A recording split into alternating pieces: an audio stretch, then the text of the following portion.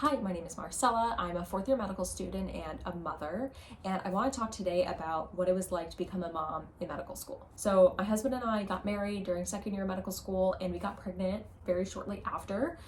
We didn't expect to get pregnant so quickly, and frankly, getting pregnant earlier than expected did somewhat throw off our plans for graduating. I got pregnant just at a time where I wasn't going to be able to really fulfill all of my fourth year requirements completely before applying to residency if I wanted to take a decent maternity leave. I got pregnant in August of 2023 and gave birth in May of 2024. Pregnancy and motherhood look very different for everybody. For me, my pregnancy was a very dark, painful, depressing experience. It was the opposite, the antithesis of beauty. I'm still to this day sort of dealing with the fact that that was my reality. Motherhood and breastfeeding, which I'm very passionate about, have healed some of that. But for me, I had a very, very hard time during my pregnancy, and I was not expecting that at all. What happened was I found out I was pregnant and everything was great, and then week 5 comes around and all of a sudden I am vomiting multiple times a day, having intractable nausea in between vomiting episodes, having extreme fatigue, and just not being able to eat. And I basically realized that this was probably going to be my reality for the next few months. And I was either going to have to suffer through it and take meds and just rise to the occasion, or not do any of that and take some time off. I actually started OBGYN that week that I started vomiting, which was ironic. So I got through 3 weeks of the rotation and I ended up realizing that this was just not going to work. I was underperforming. My character was so off because of how terrible I felt. And I also really couldn't do it anymore. It was just too painful. It's impossible to do anything when you're nauseous. It was so debilitating. I took the rest of that block off plus the next blocks, which is about a month and a half. And throughout that time, I don't even know what happened. I totally blacked out. I mean, I was just so sick, vomiting every day, multiple times a day. And then in between that, having intractable nausea. And I tried all the things, the ginger, the B vitamins, doxylamine. And then eventually once I turned 10 weeks, I started taking Zofran. I didn't want to take it before that because that was my threshold for assuming the risks that do come with taking Zofran. And I ended up returning to clinic, I think at about 15 weeks. And so I went back and I did my psych rotation, which was a really great rotation to ease back into. I will forever be so grateful to the psychiatrists I work with because they were the best people to be around as I transitioned back into the clinic setting as a pregnant person who had just been through essentially a very traumatic medical experience. At this point, at 16 weeks, I had established a routine of my vomiting.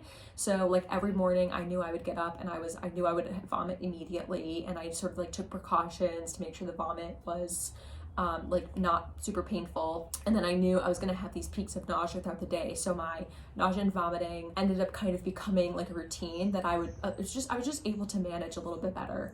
And so that's why I felt comfortable going back to clinic at that time. So at this point, all hope of graduating with my class really went out the door because I would only be able to take a 2-month maternity leave if I were to graduate on time and apply to residency, and it just wasn't going to work for me. And even if I did only take that 2-month maternity leave, I still would have 1/3 year rotation incomplete. Residencies really like to see that you at least completed your entire 3rd year. I chugged through, so I ended up completing psych, I did peds, and then I finished my OB rotation and I did surgery. And I did surgery when I was 8 and 9 months pregnant. So that was a hoot in its own right. Throughout that part, I really realized how much of an identity crisis that I had as a pregnant person. I was growing this beautiful life, although my experience was really just fraught with pain and illness. And it was hard to be confident about my pregnancy because it was so painful. And therefore, it was extra hard to be a pregnant medical student. A lot of people are really good about it, but there is still a little bit of a stigma about being a pregnant medical trainee at any stage because you're just expected to work really hard, and pregnancy is a barrier to working really hard. I finished surgery and I took all my exams. Ironically, so my second best clerkship was in surgery. Maybe they just felt bad for me, but anyway. And I gave birth, and thankfully I had an amazing birth. It went so well. Breastfeeding became truly my savior. I did not feel any sense of empowerment during my pregnancy. Like I've said in this whole video, no empowerment, no beauty, no like gratitude. Like I felt nothing. I really didn't. And I felt horrible because of that. Like I had a lot of guilt. But the second I gave birth, I wouldn't say it went away, but latching my baby onto my breast and giving him food, for me, it was like the most healing experience of my life, and it still continues to be the most beautiful and healing experience of my life. And I'm so grateful that there are people in my life who really encouraged it, mostly my mother. So I ended up taking 8 months off of medical school. So I had him in May and I just took the rest of the year off. And that was because I really had finished almost all of third year and I just had fourth year. And if you are a medical student, you know that fourth year is like kind of half a year in terms of your clinical requirements. So I started back in January, and again, very, very hard thing to do. The idea of going back to work is worse than going back to work. Felt this horrible, like deep, dark pit in my stomach just thinking about leaving him. So I had been his full-time caregiver for about 8 months. However, I went back to an amazing family medicine clinic, which was a transformative experience professionally for me. I'll always just be so grateful to those people who met me with like kindness and support, and really excited to see that I was breastfeeding. I'm now on my 4th month back. One of the last rotations I'm going to be doing, clinical rotations I'll be doing in medical school.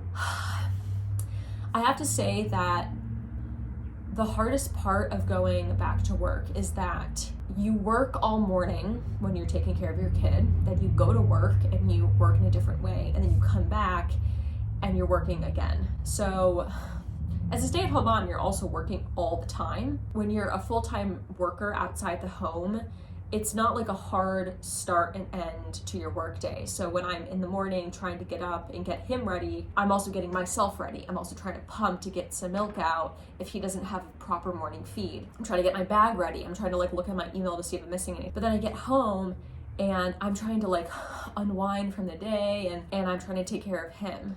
And so there are parts of the day where I feel like I'm working 2 jobs in addition to working at least 1 job from the second I wake up to the second I go to bed. And that is motherhood. You know, I'm not complaining, like I don't regret anything. Being a working mom comes with this additional layer of responsibility on top of being a mom, no matter what. I would do it all again.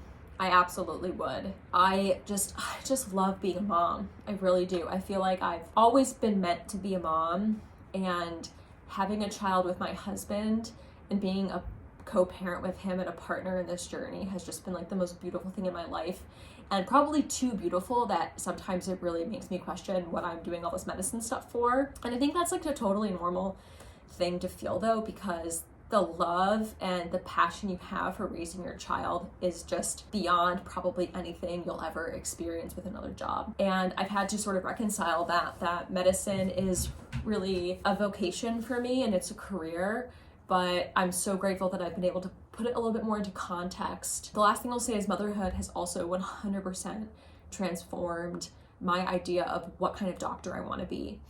And it's made me think a little bit more about the niche I want to have as a physician and the type of patients I want to take care of. And my rotations coming out of maternity leave have been a lot more like transformational, a lot more impactful. And I do feel like I've actually been able to do better work as a medical student now that I'm a mother. And who knows, I don't really know why that is. Maybe it's like clarity as to what my priorities are in life and whatnot. I really hope that other medical students and medical trainees out there consider starting a family when they want to start a family. Being a mom has empowered me to be a little bit more strict with myself and a little bit more disciplined with myself, and helping me figure out the kind of doctor and the kind of path I want to take as a physician.